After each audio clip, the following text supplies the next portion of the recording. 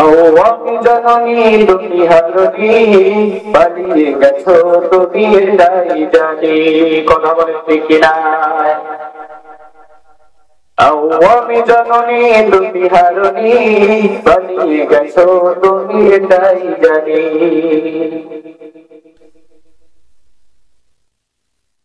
দেশটাকে চষে গেলে 16টি মুসলিম নয় তবে তুমি হইলা।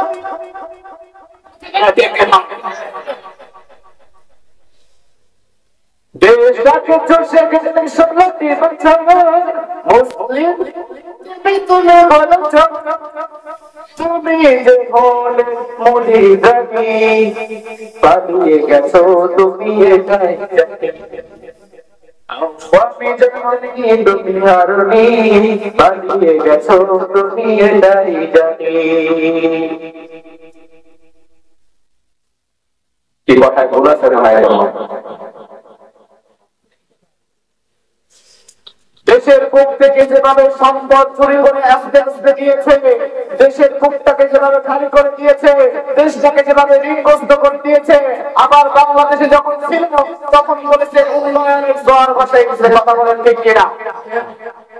যে উন্নয়ন করছে, যত টাকা দিয়ে পালাই গেছে, যে উন্নয়ন বাংলাদেশে করছে, এরকম 3 নম্বর উন্নয়ন দাঁড়িয়ে বাংলাদেশে যেত না। সবাই একটা সংবাদ এসেছে, সে যত টাকা নিয়ে পালাইছে, যত সম্পদ দিয়ে পালাইছে, তার 36টা পদ্মা সেতু, 100-র অধিক মেট্রো রেল, যে তার দ্বিগুণ করা যেত।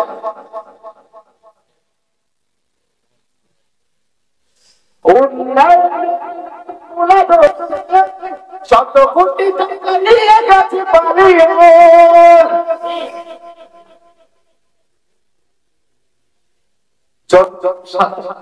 500 টাকা দিলে, 1000 টাকা দিলে পানি 2 বস্তা রেশনের চাল আসলে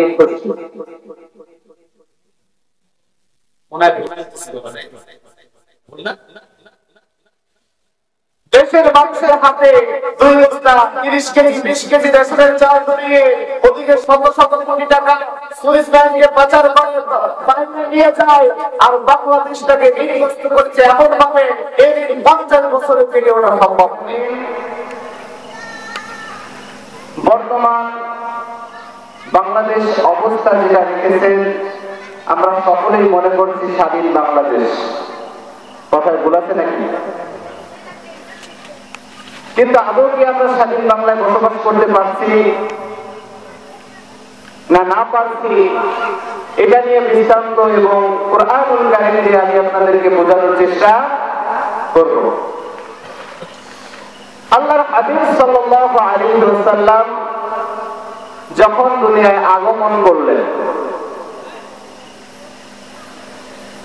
তখন দুনিয়ার পরিস্থিতি এবং অবস্থা কেমন ছিলেন আল্লাহ পাক রব্বুল আলামিন কোরআনুল কারীমের ভিতরে জানাচ্ছেন। আল্লাহ পাক রব্বুল আলামিন কোরআনুল কারীমের ভিতরে জানান, যখন আমি এই দুনিয়ার বুকে হাবিবকে পাঠাই, সেই সমস্ত মানুষের ভিতরে আমি হাবিবকে পাঠাই যে সমস্ত মানুষের ভিতরে কোনো ইলম ছিল না, তারা ছিল নিরক্ষর, তারা ছিল জাহেল, তাদের ভিতরে কোনো দ্বীনি জ্ঞান ছিল না। আমি আল্লাহ পাক রব্বুল আলামিন সেই সমস্ত মানুষের ভিতরে আমার হাবিবকে প্রেরণ করে হাবিবকে পাঠিয়েছি। আল্লাহ পাক রব্বুল আলামিন কোরআনুল কারীমের ভিতরে জানান, হুয়াল্লাযী বা'আসা ফিল উম্মিয়িনা রাসূলান মিনহুম ইয়াতলু আলাইহিম আয়াতিহি ওয়া ইউযাক্কিহিম ওয়া ইউআল্লিমুহুমুল কিতাবা ওয়াল হিকমা। সকলে পড়ি আল্লাহু আকবার। ও জামিল তালাবাসী, খেয়াল করে শুনবেন, কান লাগিয়ে শুনবেন। আল্লাহ পাক রব্বুল আলামিন কোরআনুল কারীমের ভিতরে জানান, আমি ওই সমস্ত নিরক্ষর নির্বোধের মাঝখান থেকে, জাহেলদের মাঝখান থেকে আমি আল্লাহ একজনকে নবী হিসাবে নির্বাচিত করলাম। এবং আমি আল্লাহ শুধু নবী হিসাবে নির্বাচিত করে বসে রইনি, আমি আল্লাহ সেই নবীকে এই দুনিয়ার বুকে 4টা দফা কাজ দিয়ে পাঠাইছি। জোরে বলেন কয়টা? আরো জোরে বলেন। খেয়াল করে বুঝবেন, আল্লাহ রাব্বুল আলামিন নবীকে জানাচ্ছেন, ও নবী আমি তোমাকে এই দুনিয়ায় পাঠাইছি ইয়াতলু আলাইহিম আয়াতিহি ওয়া ইউযাক্কিহিম। আল্লাহ রাব্বুল আলামিন কুরআনুল কারীমের ভিতর জানান ইয়াতলু আলাইহিম আয়াতি, ও নবী ওই সমস্ত জাহেলদের মাঝখানে গিয়ে, ওই সমস্ত কাফের বেঈমানদের মাঝখানে গিয়া তুমি আমার কুরআনুল কারীম থেকে তেলাওয়াত করো এবং এই কোরআন দিয়া কিতাবুন আনজালনাহু ইলাইকা লিতুখরিজান নাসা মিনাজ যুলুমাতি ইলান নূর। আল্লাহু আকবার। আল্লাহ পাক রব্বুল আলামিন জানান শুধু এই কিতাব দিয়ে তুমি দাওয়াত দিবা তা নয়, তা নয়। আল্লাহ পাক রব্বুল আলামিন জানাচ্ছে কিতাবুন আনজালনাহু ইলাইকা লিতুখরিজান নাস, দুনিয়ার বুকে মানুষদেরকে কিতাবুন আনজালনাহু ইলাইকা লিতুখরিজান নাস মিনাজ যুলুমাত ইলান নূর। আল্লাহ পাক রব্বুল আলামিন জানাচ্ছেন যে এই কিতাব দিয়া তাদেরকে তালিম দিয়া এই কিতাবের জ্ঞান তাদের ভিতরে ঢুকাইয়া অন্ধকার থেকে আলোর পথে আনবা, অন্ধকার থেকে আলোর পথে আনবা, জাহান্নাম থেকে জান্নাতের পথে আনবা। কি বলছেন কথা? জোরে বলেন, আরো জোরে। আল্লাহ পাক রব্বুল আলামিন বলছেন হাবিব দুনিয়ার বুকে গিয়ে আমার এই কিতাবকে তুমি তেলাওয়াত করো, এই কিতাবকে তুমি পাঠ করো। শুধু পাঠ করবা না, অন্ধকার জগতের যত মানুষ আছে সমস্ত মানুষগুলোকে আলোর পথে তুমি আকর্ষিত করবা। আমরা জান্নাতে যাইতে চাই কি চাই না? আরো জোরে বলেন। হাবিব আমাদের জান্নাতের দাওয়াত দিচ্ছেন, জান্নাতে যেতে চাই সাথে তোমায় নিতে চাই, জান্নাতে যেতে চাই সাথে আপনাদের নিতে চাই, দিন কায়েমে চলে আমার সাথে, বন্ধু তোমায় ডাকছি আলোর পথে। আল কোরআন হাদিসের পথে স্বপ্নে জীবন দিনে রাতে, নাজাতের পথ মসৃণ হবে চিন্তা রবে না। কথা বলেন ঠিক কিনা? আল কোরআন হাদিসের পথে স্বপ্নে জীবন দিনে রাতে, নাজাতের পথ মসৃণ হবে চিন্তা রবে না। চিনলে তুমি সরল পথ বদলে যাবে জীবন রথ, রব্বি কারিমে নাম নিবেন হাতে, বন্ধু তোমায় ডাকছি আলোর পথে। সকলে পড়ি আল্লাহু আকবার। ও দুনিয়ার মুসলমান খেয়াল করে বুঝবেন, আল্লাহর হাবিব সাল্লাল্লাহু আলাইহি ওয়াসাল্লাম যখন দুনিয়ায় আগমন করলেন তখন সেই যুগকে বলা হতো অন্ধকার যুগ, সেই যুগকে বলা হতো জাহিলি যুগ। কিতাবের ভিতরে এসেছে আইয়ামে জাহিলিয়াত বলে সেই যুগটাকে উল্লেখিত করা হয়েছে। সেই যুগে কি আলো জ্বলতো না, সেই যুগে কি চন্দ্র উঠতো না, সূর্য উঠতো না। কেন তাকে অন্ধকার যুগ বলা হলো? কেন তাকে আইয়ামে জাহিলিয়াত বলা হলো? হ্যাঁ হ্যাঁ, সেই জমানে আলো জ্বলতো, কিন্তু আমাদের মতো LED bulb, rod light, tube light এই সমস্ত বাতি তাদের ছিল না। তাদের ওখানে মোমবাতি, ধূপবাতি ইত্যাদি ইত্যাদি দিয়ে তাদের ওখানে বাতি জ্বালানো হতো। কথা বলেন ঠিক কিনা? তবে আল্লাহ পাক রব্বুল আলামিন সেই যুগটাকে কেন অন্ধকার যুগ হিসেবে ঘোষণা করলেন? আল্লাহ পাক রব্বুল আলামিন সেই যুগটাকে কেন জাহিলিয়াতের যুগ হিসেবে ঘোষণা করলেন?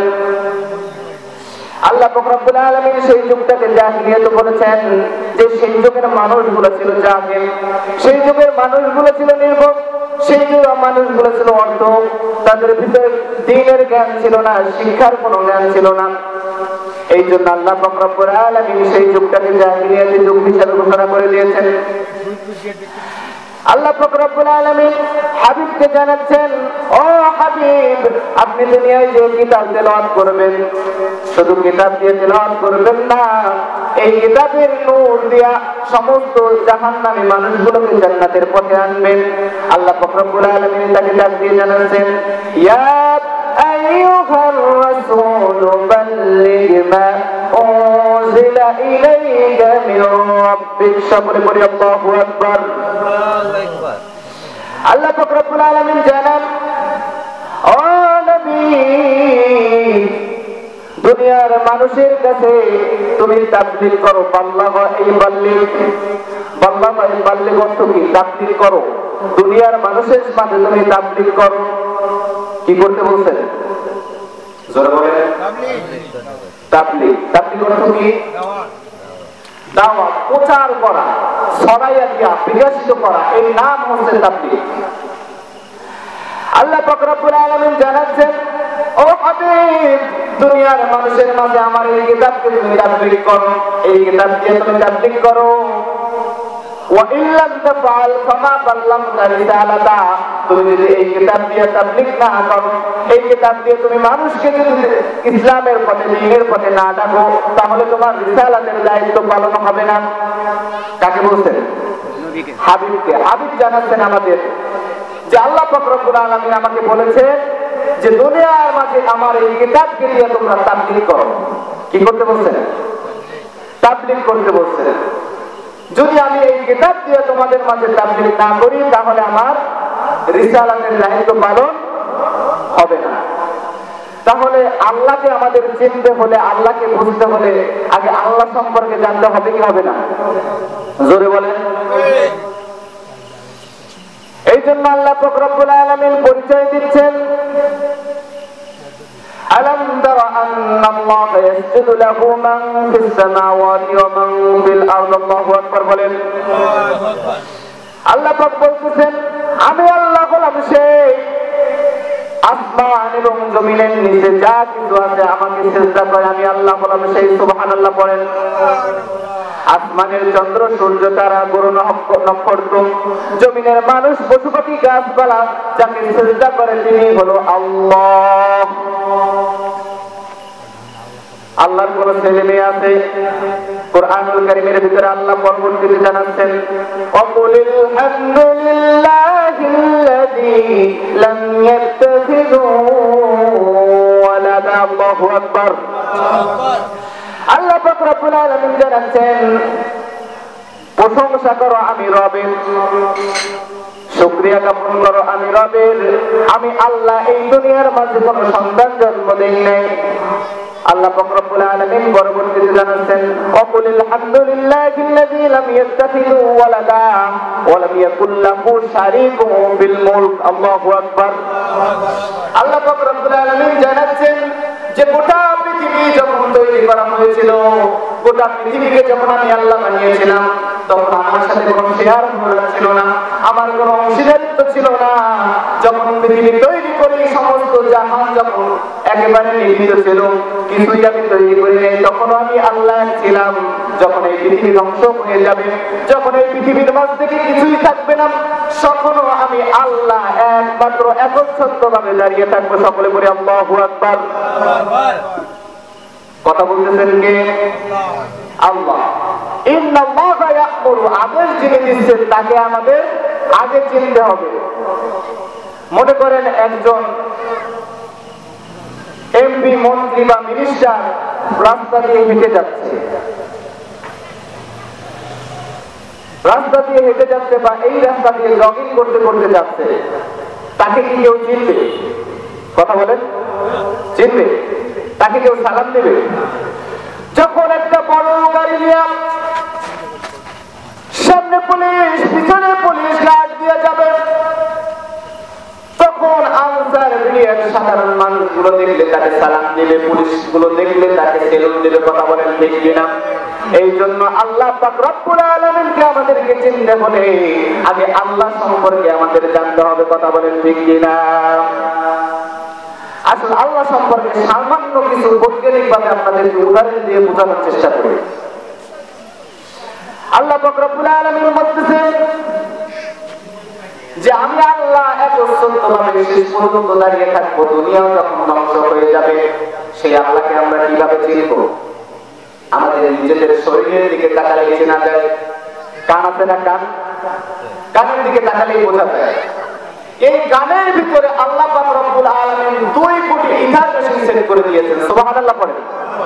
কয় কোটি? আরো জোরে বলেন। 2 কোটি ইথার মেশিন সেট করে দিয়েছেন। বাবার কণ্ঠ একরকম, ছেলের কণ্ঠ একরকম, নাতির কণ্ঠ একরকম।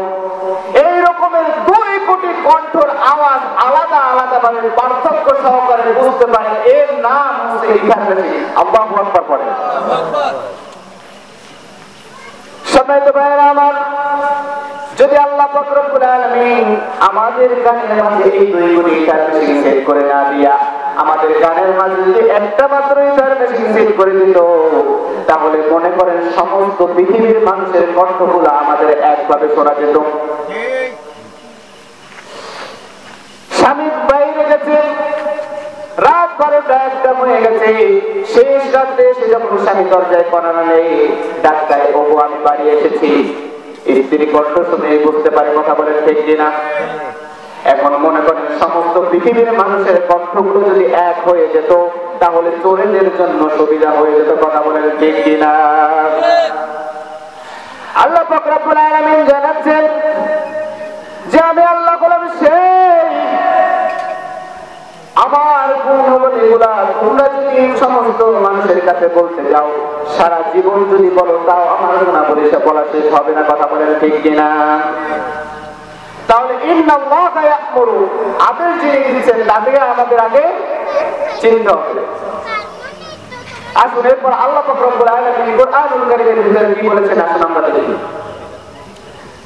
আল্লাহ পাক রব্বুল আলামিন বলতেছেন ইন্নাল্লাহা ইয়া'মুরু বিল আদলি ওয়াল ইহসানি ওয়া ইতা'i যিল কুরবা ওয়া ইয়ানহা আনিল ফাহশা'i ওয়াল মুনকার। আল্লাহু আকবার বলেন।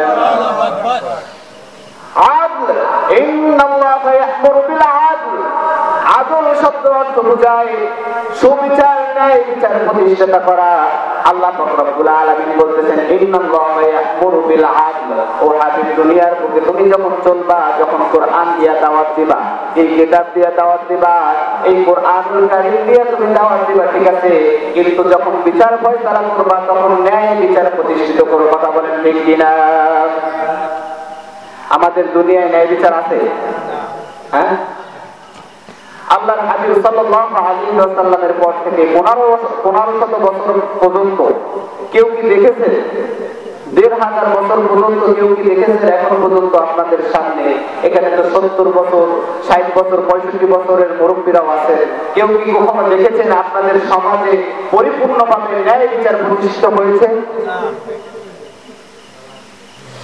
আল্লাহ পাক রব্বুল আলামিন বলতেছেন হাবিব, দুনিয়ার বুকে তুমি ন্যায় বিচার প্রতিষ্ঠিত করো, আদল প্রতিষ্ঠিত করো, সুবিচার প্রতিষ্ঠিত করো। আল্লাহ পাক রব্বুল আলামিন জানাচ্ছেন, আল্লাহর হাবিব জানাচ্ছেন যে ও আমার সাহাবীরা, আল্লাহ পাক রব্বুল আলামিন আমাকে হুকুম দিয়েছে দুনিয়ার বুকে ন্যায় বিচার সুবিচার প্রতিষ্ঠিত করতে। আল্লাহর হাবিব সাল্লাল্লাহু আলাইহি ওয়াসাল্লামের পরে এই দুনিয়ার বুকে 31 বছর 6 মাস দুনিয়ার বুকে ন্যায় বিচার, আদল, সুবিচার প্রতিষ্ঠিত ছিল। সকলে পড়ি আল্লাহু আকবার। কত বছর ছিল? 31 বছর 6 মাস। জোরে বলেন, 31 বছর 6 মাস। তারপর থেকে এই দুনিয়ার বুক থেকে আদল নামের শব্দটা মুছে গিয়েছে, ন্যায় বিচার উঠে গিয়েছে, সুবিচার উঠে গিয়েছে। আল্লাহর হাবিব সাল্লাল্লাহু আলাইহি ওয়াসাল্লাম দুনিয়ার বুকে কেমন করে আদলকে প্রতিষ্ঠিত করে গিয়েছে, ন্যায় বিচারকে প্রতিষ্ঠিত করে গিয়েছেন। আল্লাহর হাবিব সাল্লাল্লাহু আলাইহি ওয়াসাল্লাম দেখুন কি বলেছেন। বুখারী শরীফের ভিতরে কিতাবুল মাওয়াজিব অধ্যায় থেকে আমরা পেয়েছি যে আল্লাহর হাবিব সাল্লাল্লাহু আলাইহি ওয়াসাল্লাম দুনিয়ার বুকে যখন ছিলেন তখন কিভাবে ন্যায় বিচার প্রতিষ্ঠিত করেছেন। আল্লাহর হাবিব সাল্লাল্লাহু আলাইহি ওয়াসাল্লাম যখন মদিনার প্রেসিডেন্ট, তখন মুসলমান এবং কাফেরদের ভিতরে প্রথম যুদ্ধ, হক এবং বাতিলের ভিতরে প্রথম যুদ্ধ, বদরের যুদ্ধ। কিসের যুদ্ধ? জোরে বলেন। হক এবং বাতিলের ভিতরে প্রথম যুদ্ধ শুরু হয়েছে, কাফের এবং মুসলমানদের ভিতরে প্রথম যুদ্ধ। আল্লাহর হাবিব সাল্লাল্লাহু আলাইহি ওয়াসাল্লাম যুদ্ধের জন্য প্রস্তুতি নিলেন। আল্লাহর হাবিব সাল্লাল্লাহু আলাইহি ওয়াসাল্লাম 313 জন সাহাবীকে নিয়ে 1000 কাফিরের বিরুদ্ধে 1000 কাফিরদের বিরুদ্ধে যুদ্ধ ঘোষণা করলেন। এই জমানার মানুষ আপনারা শুনলে হাসবেন যে কেমন অস্ত্রপাতি নিয়ে আল্লাহর হাবিব সাল্লাল্লাহু আলাইহি ওয়াসাল্লাম কাফিরদের বিরুদ্ধে যুদ্ধ করতে গেল। আল্লাহর হাবিব সাল্লাল্লাহু আলাইহি ওয়াসাল্লামের কাছে অস্ত্রপাতি আছে, তার ভিতরে সর্ববেশি সর্বোত্তম অস্ত্রপাতি হলো 8টা তরবারি। কয়টা? জোরে বলেন। 8টা। এবং একটা হস্তে কর্ণ। কয়টা? এই মোট 9টা অস্ত্র নিয়ে আল্লাহর হাবিব সাহাবীদেরকে নিয়ে যুদ্ধের ময়দানে চলে গেল, বদরের ময়দানে চলে গেল। মুসলমান এবং কাফেরদের মাঝে যুদ্ধ লাগলো। একটা পর্যায়ে গিয়ে মুসলমানদেরকে আল্লাহ জয় ঘোষণা করে দিল। মুসলমানরা ওই কাফেরদের বিপক্ষে জয়লাভ করলো। আল্লাহ পাক রব্বুল আলামিন কুরআনুল কারীমের ভিতরে জানান, ওয়ালাকাদ নাসারাকুমুল্লাহু বিবাদরিন ওয়া আনতুম আযিল্লা। আল্লাহু আকবার। আল্লাহর কোরআন সাক্ষী দিচ্ছে যে আমার আল্লাহ এক নয়, দুই নয়, 1000 নয়, 2000 নয়, গোটা 5000 ফেরেশতা দিয়া বদরের ময়দানে আল্লাহর হাবিবকে সাহায্য করেছিলেন। সকলে বলি সুবহানাল্লাহ। সাহায্য করার মালিক কে? ও মুসলমান ভাইরা, খেয়াল করে বুঝবেন আল্লাহর হাবিব এই দুনিয়ার বুকে কেমন করে আদলকে প্রতিষ্ঠিত করেছেন। আল্লাহর হাবিব সাল্লাল্লাহু আলাইহি ওয়াসাল্লাম জানাচ্ছেন যে আমি এই দুনিয়ার বুকে কেমন করে আদলকে প্রতিষ্ঠিত করেছি। মুসলমানরা যখন জয় লাভ করলেন, মুসলমানরা যখন জয়ী হলেন, তখন 70 জন কাফিরকে 70 জন কাফিরকে তারা শহীদ করেছে এবং 70 জন কাফিরকে তারা আটক করে নিয়ে এসেছে। কয়জন?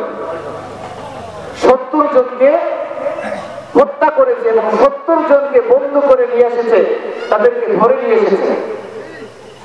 এবং মুসলমানদের ভিতরে 14 জন নিহত হয়েছে, শাহাদাত বরণ করেছে।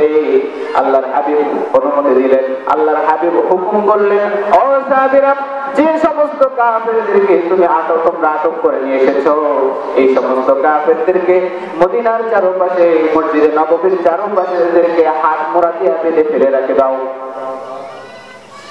আল্লাহর হাবিব সাল্লাল্লাহু আলাইহি ওয়াসাল্লামের হুকুমে সমস্ত সাহাবীরা ওই সমস্ত কাফেরদেরকে মসজিদে নববীর চারপাশে বেঁধে ফেলে রাখলো। আল্লাহর হাবিব ক্লান্ত, সমস্ত সাহাবীরাও ক্লান্ত। আল্লাহর হাবিব সাল্লাল্লাহু আলাইহি ওয়াসাল্লাম মসজিদে নববীর ভিতরে বিশ্রাম নেওয়ার জন্য গেল। সমস্ত সাহাবীরা যার যার স্থানে বিশ্রাম নিতে লাগলো। এমন সময় বাহির থেকে কার যেন কান্নার আওয়াজ আল্লাহর হাবিবের কানের মাঝে ভেসে আসতেছে। আল্লাহর হাবিব সাল্লাল্লাহু আলাইহি ওয়াসাল্লাম নবীর সাহাবী হযরত হারিস রাদিয়াল্লাহু তাআলা আনহুকে ডাক দিয়ে বললেন, ও হারিস, ও আমার সাহাবী হারিস, দেখো দেখো বাইরে কার যেন কান্নার আওয়াজ শুনছি, দেখো কে কান্না করে। হারিস সমস্ত কাফেরদের মাঝখানে ঘুরে ঘুরে দেখে আসলো, এসে নবীর কাছে বলতেছে, ও নবী, বাইরে যে কান্না করতেছে, যার কান্নার আওয়াজ আপনার কানে ভেসে আসতেছে, সে আর কেউ নয়, আপনারই আপন চাচা আব্বাস। আল্লাহু আকবার। কেমন ভাবে আমার নবী এই দুনিয়ার বুকে ইনসাফকে প্রতিষ্ঠিত করে দিয়েছেন। মন্দির পাশে, মন্দির হাজতে, মন্দির কারাগারে তার আপন চাচা। কেমন না? দুনিয়ার বুকে এমন হয় কি হয় না? হয় না? হ্যাঁ, প্রধানমন্ত্রী তার ঘরে সব জাহিরুল্লাহরে নিয়ে কারাগারে ঢুকাই রাখছে, এমন তো আছে মনে হয় পৃথিবীতে, এমন আছে। মন্ত্রীর কারাগারে, মিনিস্টারের কারাগারে তার ফ্যামিলির অপরাধ করছে, এমন আছে, এখনো দেখাইতে পারবেন কেউ? সম্মানিত ভাইরা আমার, আল্লাহর হাবিব সাল্লাল্লাহু আলাইহি ওয়াসাল্লাম ডাক দিয়ে বলল, হারিস কান্না করতেছে কেন? ও হারিস, আমার চাচা আব্বাস কেন কান্না করতেছে?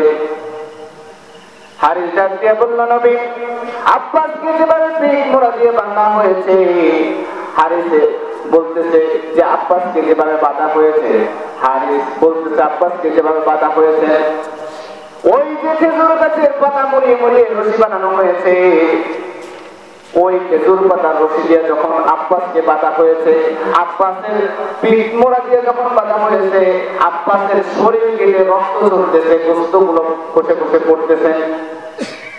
এই জন্য আব্বাস খুব ব্যথায় আক্রান্ত, ব্যথায় কাতরিত, আব্বাস কান্না করতেছে। এই কথা শোনার সঙ্গে সঙ্গে আমার নবীর মুখটা মসৃণ হয়ে গেল। আমার নবী চিন্তিত হয়ে পড়লেন, পেরেশানিতে পড়ে গেলেন। এই দেখে হযরত হারিস রাদিয়াল্লাহু তাআলা আনহু বলতেছেন, মনে মনে ভাবতেছে যে আমার নবী তো কষ্ট পাচ্ছেন।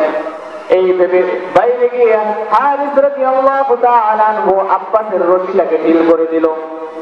কিছুক্ষণ পরে নবীর কানে যখন কান্নার আওয়াজ বন্ধ হয়ে গেল, কান্নার আওয়াজ আর আসতেছে না, এমন সময় নবী হারিসকে আবার ডাক দিয়ে বলল, হারিস, দেখো দেখো, বাইরে কান্নার আওয়াজ বন্ধ হয়ে গিয়েছে, আব্বাস কি মারা গেল কিনা দেখো।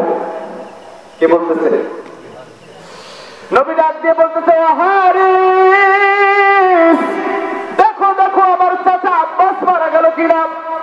হারিস ডাক দিয়ে বলতেছে, ও নবী, আপনার চাচা মারা যায় নাই। যখন আমি আপনাকে বললাম যে আব্বাসের রশিটা টাইট হওয়ার কারণে তার শরীরে ক্ষত হয়ে গিয়েছে, তার শরীর থেকে রক্ত ঝরতেছে, এই শোনার পরে আপনার মুখটা দেখলাম আমি মসৃণ হয়ে গিয়েছে, এই চিন্তা করে আমি ভাবলাম আপনি কষ্ট পাচ্ছেন, এইভাবে আমি আব্বাসের রশিটাকে একটু ঢিল করে দিলাম। নবী আমার হঠাৎ করে তাড়াতাড়ি করে দাঁড়িয়ে গেল, নবীর চেহারাটা লাল হয়ে গেল। আমার নবী যখন রাগান্বিত হতেন তার সমস্ত মুখমণ্ডলটা লাল হয়ে যেত। হারিস বুঝতে পেরেছে নবী রাগ করতেছেন। নবী আমার ডাক দিয়ে বলছেন, ও হারিস, তুমি কাজটা ঠিক করো নাই, তুমি কাজটা একটু ঠিক করো নাই। তুমি আব্বাস আমার চাচা বলে তার রশিকে তুমি ঢিল করে দিলা, আর 69 জন আমার চাচা না বলে, 69 জন আমার আত্মীয় না বলে তাদের রশিটাকে তুমি ঢিল করলা না। তুমি আমাকে তো আল্লাহর কাজ করায় জালিম শাসকের কাতারে দাঁড় করাই দেবা। আল্লাহু আকবার পড়েন। কে বলতেছে? আল্লাহর হাবিব বলতেছে, হারিস, আমাকে তো তুমি সরকারের কাতারে দাঁড় করাই দেবা, জালিম শাসকের কাতারে দাঁড় করাই দিবা। ও হারিস, শোনো শোনো, তুমি যতক্ষণ পর্যন্ত ওই 69 জন কাফেরের রশি ঢিল করবে না, ততক্ষণ পর্যন্ত আমি নবী বিছানায় পিঠ লাগাবো না। আল্লাহু আকবার বলেন। হারিস দিয়ে সমস্ত ওই কাফেরদের রশিগুলা ঢিল করে দিল। এই ছিল আমার নবীর দুনিয়ার বুকে আদল প্রতিষ্ঠাতা, এই ছিল আমার নবীর দুনিয়ার বুকে সুবিচার প্রতিষ্ঠাতা, এই ছিল আমার নবীর দুনিয়ার বুকে ইনসাফ প্রতিষ্ঠাতা। দুনিয়ার বুকে তাকালে দেখা যায়, বাংলাদেশে দেখা যায়, বাংলাদেশে আইনজীবী, মন্ত্রী, মিনিস্টার, তাদের ঘরের দিকে তাকালে দেখা যায়, যখন তাদের দলীয় লোক জেলখানায় যায়, যখন হাজতবন্দি হয়, কারাবন্দি হয়, তারা জেলের ভিতরে বিভিন্ন সুযোগ সুবিধা পায়, তারা জেলের ভিতরে নারী পায় জৈবিক চাহিদা পূরণের জন্য, তারা জেলের ভিতরে সুন্দর সুন্দর খাবার পায়, তারা জেলের ভিতরে এমন ভাবে থাকে। আমার দেশের মহিলা পরিমণি যখন জেল থেকে বের হয়, হাতের ভিতরে মেহেদি দিয়া তারপরে বের হয়েছে। কথা বলেন ঠিক কিনা? আর আমার দেশের আলেম যখন কোন বিনা অপরাধে হজের ময়দানে, তাফসীরের ময়দানে যখন হক কথা বলেছে, হক কথা বলার কারণে তার অপরাধ, যখন তাকে কারাগারে নেওয়া হয়, যখন তাকে জেলখানায় নেওয়া হয়, যখন তাকে কারাবন্দী করা হয়, তখন তার সেদিকে তাকালে দেখা যায় তারা সুবিচার পাচ্ছে না, তাদেরকে বেরি করিয়ে তারপরে নেওয়া হয়। কথা বলেন ঠিক কিনা?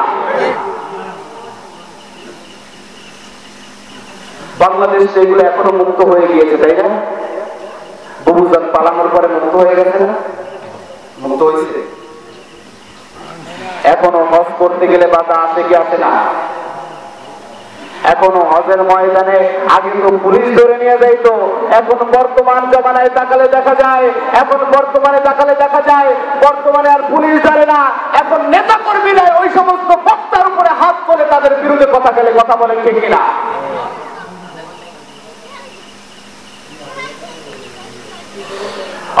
মুসলমান ভাইরা খেয়াল করে বুঝবেন, যশোরে এমন একটা করুণ কাহিনী ঘটেছে। বক্তা আলোচনা করতেছে ন্যায় বিচার সুবিচার সম্পর্কে, দুনিয়ার বুকে আদল প্রতিষ্ঠা সম্পর্কে।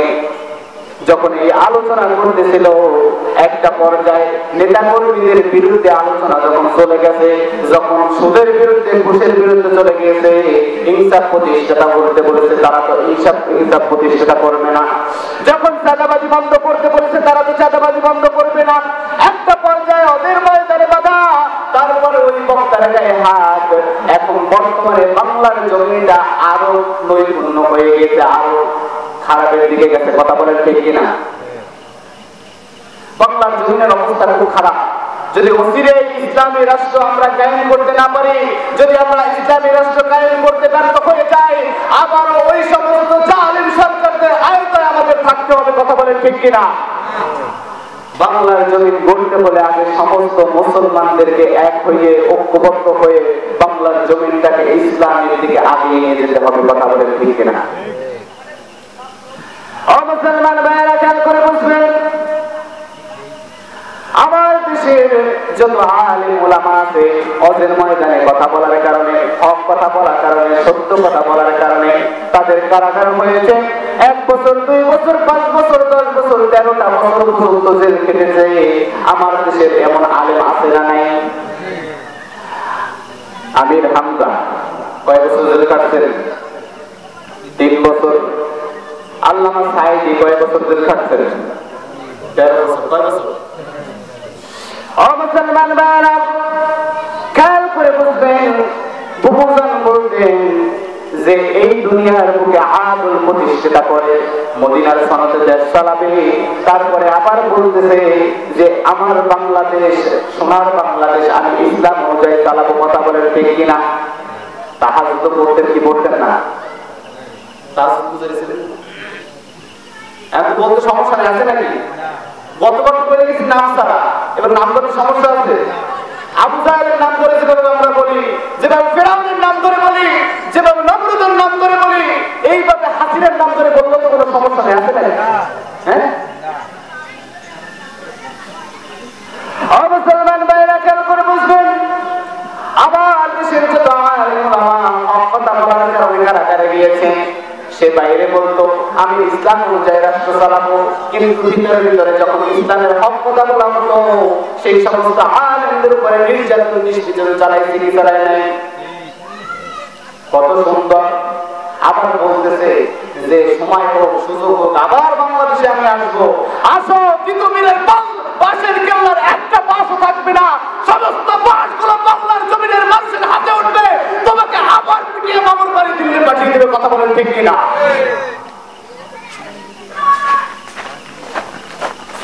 সে তো পালায় সেটা হেরে যায়, পালায় গেছে, হেরে গেছেন নাকি? পালায় গেছে।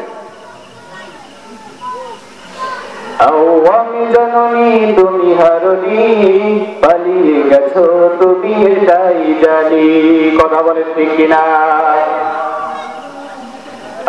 আমি জননী তুমি হারনি, পালিয়ে গেছো তুমি এটাই জানি।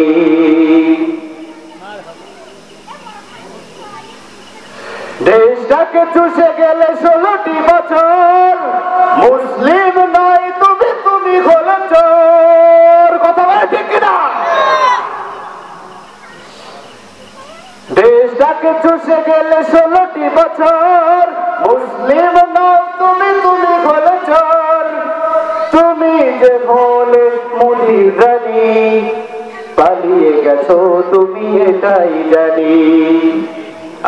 আমি জননী তুমি হারনি, পালিয়ে গেছো তুমি এটাই জানি। কি কথায় ভুল আছে মনে হয়? দেশের বুক থেকে যেভাবে সম্পদ চুরি করে আস্তে আস্তে দিয়েছে, দেশের বুকটাকে যেভাবে খালি করে দিয়েছে, দেশটাকে যেভাবে ঋণগ্রস্ত করে দিয়েছে, আবার বাংলাদেশে যখন ছিল তখন বলেছে উন্নয়নের জোয়ার ভাষায় দিচ্ছে। কথা বলেন ঠিক কিনা? যে উন্নয়ন করছে, যত টাকা নিয়ে পালাই গেছে, যে উন্নয়ন বাংলাদেশে করছে, এরকমের 3 ডবল উন্নয়ন দাঁড়িয়ে করা যেত না। সময় টিভির একটা সংবাদ এসেছে, সে যত টাকা নিয়ে পালাইছে, যত সম্পদ নিয়ে পালাইছে, তা দিয়ে 36টা পদ্মা সেতু, 100-এরও অধিক মেট্রো রেল, যে উন্নয়ন গুলো করছে তার দ্বিগুণ দ্বিগুণ করা যেত।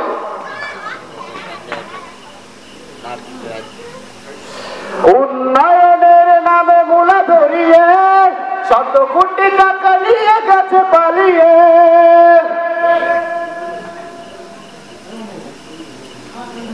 জনগণ সাধারণ পাবলিক 500 টাকা দিলে, 1000 টাকা দিলে বাড়ি 2 বস্তা রেশনের চাল আসলেই খুশি। মনে হয় ভুল বলতেছি কথা, তাই ভুল না? দেশের মানুষের হাতে 2 বস্তা 30 কেজি 20 কেজি রেশনের চাল ধরিয়ে ওদিকে শত শত কোটি টাকা সুইস ব্যাংকে পাচার করে বাইরে নিয়ে যায়, আর বাংলাদেশটাকে ঋণগ্রস্ত করেছে এমন ভাবে এই ঋণ 50 বছরে কেটে ওঠা সম্ভব নয়। সম্মানিত ভাইয়েরা আমার, এই জন্য শুধরাতে হবে, বুঝতে হবে, পাল্টাতে হবে। আগামীর বাংলা আমাদের হাতে। যদি আমরা আবার ওই সমস্ত শাসকের হাতে না পড়তে চাই, ওই সমস্ত শোষকের হাতে না পড়তে চাই, ওই সমস্ত জালিমদের হাতে না পড়তে চাই, ওই সমস্ত অত্যাচারীদের হাতে না পড়তে চাই, তাহলে আমাদের ঐক্যবদ্ধ হতে হবে, ইসলামের দিকে ধাবিত হতে হবে, ইসলামী রাষ্ট্র কায়েম করতে নিজের রক্তকে আবার বিলিয়ে দিতে হবে।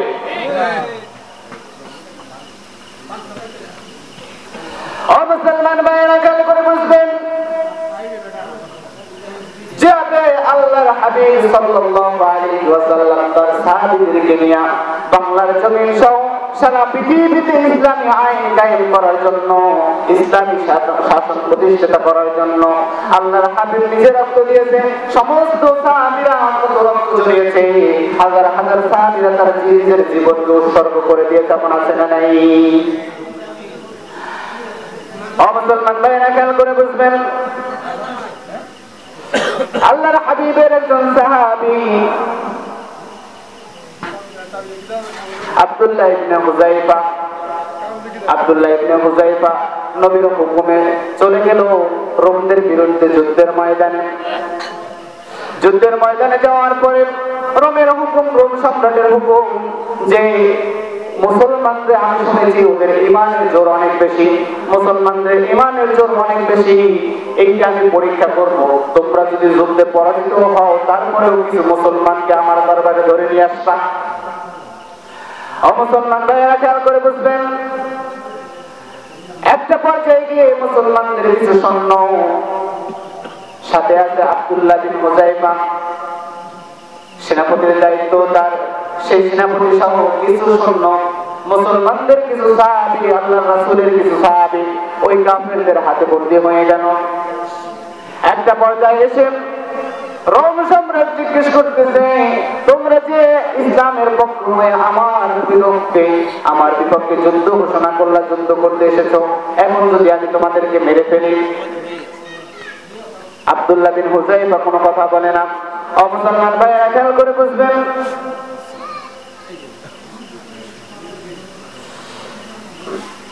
আব্দুল্লাহ বিন হুযায়ফা বলতেছে, ও রোম সম্রাট, শুনে নাও, তুমি আমাকে হত্যা করতে পারো, নিজের জীবনকে উপেক্ষা করে আমি এখানে আসি নাই, আল্লাহর দ্বীনকে কায়েম করার জন্য, নিজের রক্তকে বিলানোর জন্য এসেছি। রোম সম্রাট বলতেছে, না, তোমাকে আমি খুব ভালোবাসি, তোমাকে তো আমি হত্যা করবো না, তবে আমার একটা শর্ত আছে, যদি তুমি এই শর্ত মেনে নাও তাহলে তুমি বেঁচে যাবা এবং অনেক লাভবান হবা। কি সেই শর্ত? রোম সম্রাট আগে সেই শর্ত বলার আগে বলতেছে, তোমাকে আমি এই জিনিস দিব, তোমাকে আমার সাম্রাজ্যের অর্ধেক দিয়ে দিব, তোমাকে আমার যে যুবতী যে কন্যা আছে সেই কন্যার সাথে তোমাকে বিবাহ দিয়ে দেব, এবং আমি এই রাজ্যে আমি না থাকাকালীন তুমি থাকবা সম্রাট। তবে তোমার একটা জিনিস মেনে নিতে হবে, তুমি ইসলাম ধর্মকে ছেড়ে দিয়ে মুসলমানিত্ব ছেড়ে দিয়ে আমি রোম সম্রাটের যে ধর্ম সেই ধর্মের অনুসরণ করবা। আব্দুল্লাহ বিন হুযায়ফা ডাক দিয়ে বললাম, ইয়া কালবার রুম, হে রোমের কুকুর, তুমি যে আমাকে এই সমস্ত লোক লালসা দিয়েছো, এই সমস্ত লোক লালসা দিয়ে আমাকে হবে না। আমি একমাত্র আল্লাহকে ভালোবেসে জিহাদের ময়দানে এসেছি। তুমি যদি আমাকে 10 বার হত্যা করো, তাও আমি তোমার প্রতি মাথা ঝুঁকাবো না। রোম সম্রাট আব্দুল্লাহ বিন হুযায়ফা তাদের সকলকে কারাবন্দী করে ফেলল। একটা পর্যায়ে গিয়ে এভাবে তাকে অনেক অফার দিতে লাগলো। অফার দেওয়ার পরে শেষ পর্যায়ে সংক্ষিপ্ত সময় আমি আপনাদের বোঝাতে চাচ্ছি যে ইসলামকে কায়েম করতে হলে, দ্বীনকে কায়েম করতে হলে আমাদের কি প্রয়োজন। রোম সম্রাট বিভিন্ন অফার সে বরখাস্ত করেছে। শেষ পর্যায়ে এসে তাকে ভয় দেখাচ্ছে যে এক বাতিল গরম পানির ভিতরে যদি ছেড়ে দেওয়া হয় কি অবস্থা হবে। তার সামনে একজন জেলখানার একজন কয়েদিকে ছেড়ে দেওয়া হলো। ছেড়ে দেওয়ার সঙ্গে সঙ্গে একেবারে চলছে গেল, উপরে গেল, বস্তুগুলো আলাদা হয়ে গেল, চামড়াগুলো আলাদা হয়ে গেল। এবার আব্দুল্লাহ বিন হুযায়ফাকে ডাক দিয়ে বলতেছে, ও আব্দুল্লাহ বিন হুযায়ফা, শোনো শোনো, তোমাকে যদি আমি ওর ভিতরে ছেড়ে দিই তোমার অবস্থা এমন হবে। এখনো সময় আছে, আমার অফারগুলো তুমি মেনে নাও, আমার যে হুকুমগুলো তুমি মেনে নাও। নিজের জান হবে ভিক্ষা পাবা, নিজের জান নিয়ে বাঁচতে পারবা, এবং শুধু জান নিয়ে নয়, তুমি এই সাম্রাজ্যের অনেক কিছু পেয়ে যাবা। এখন আব্দুল্লাহ বিন হুযায়ফা বলতেছেন যে, ও রোম সম্রাট, শুনে নাও শুনে নাও, তুমি যে আমাকে এই সমস্ত জিনিসের অফার করতেছ, তুমি যদি আমাকে এই বাতিলের ভিতরে 100 বার ছেড়ে দাও, 1000 বার যদি ছেড়ে দাও, আমি আব্দুল্লাহ বিন হুযায়ফার জীবন যদি 1000 বার আল্লাহ চায় 1000 বার যদি তুমি আমাকে শহীদ করো, তারপরও আমি এক আল্লাহর অনুসরণ করব, ইসলামকে কায়েম করতে নিজের জীবনকে আবারও বিলাই দেব। কথা বলেন ঠিক কিনা? সকলে পরে আল্লাহু আকবার, আরো জোরে পরে আল্লাহু আকবার। সম্মানিত ভাইরা আমার, আব্দুল্লাহ বিন হুযায়ফা নবীর সাহাবী, একটা পর্যায়ে গিয়ে তার কাছে মাথা নত করলেন না। এরকমের করতে করতে করতে করতে মুসলমানরা জয়ী হয়ে আসতেছে, ইসলামকে কায়েম করতে করতে এসেছে।